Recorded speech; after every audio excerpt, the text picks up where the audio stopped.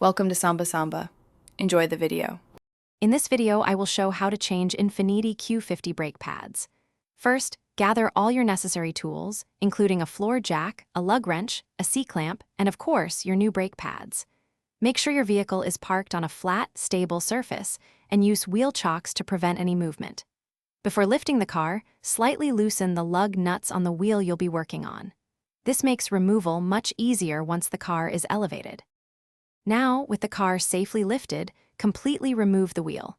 Next, locate the two caliper guide pins, usually 10 or 12 millimeter bolts, and unbolt them.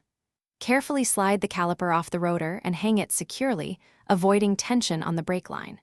Use a C-clamp to slowly compress the caliper piston back into its housing. Finally, remove the old brake pads and any anti-rattle shims from the caliper bracket.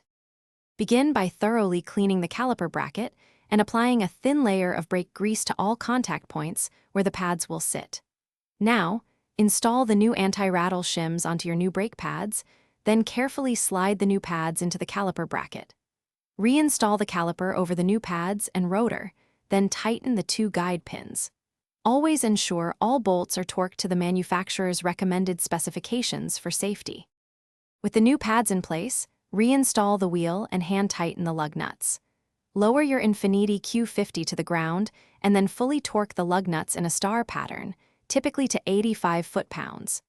Before driving, pump the brake pedal repeatedly until you feel firm pressure return. Finally, drive cautiously at low speeds for the first 100 to 200 miles to properly bed in your new brake pads.